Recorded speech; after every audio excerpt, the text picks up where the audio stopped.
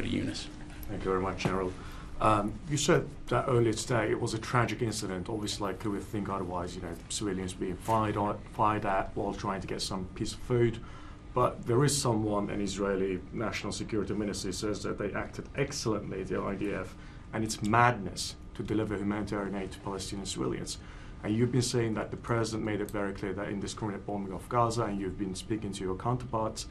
But if this is the government that you've been speaking to, is there any result that's been produced? Hey, I can't speak for that individual. I can only respond on behalf of the department, so I don't have anything to provide. Context, you've been having these conversations for months now, but the result doesn't seem to be much different on the ground. So is there a sense of urgency within the Department of Defense that perhaps we should change the way that we're talking to our Israeli counterparts? Look, I think we've been very transparent in terms of how we're communicating with our Israeli counterparts, as well as our efforts to try to support the people of Gaza in terms of humanitarian assistance and ensuring that their safety is taken into account.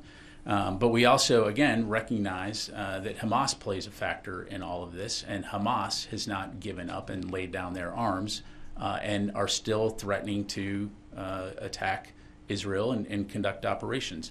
And again, I'm not going to lay out Israel's campaign plan. I'm not going to lay out specific operations that they're doing on a daily basis, but we have seen them change some of their approaches and how they're conducting operations. But again, as I highlighted, too many civilians have been killed. And so we'll continue to consult with them, communicate with them, and expect them to abide by the international humanitarian law and law of armed conflict.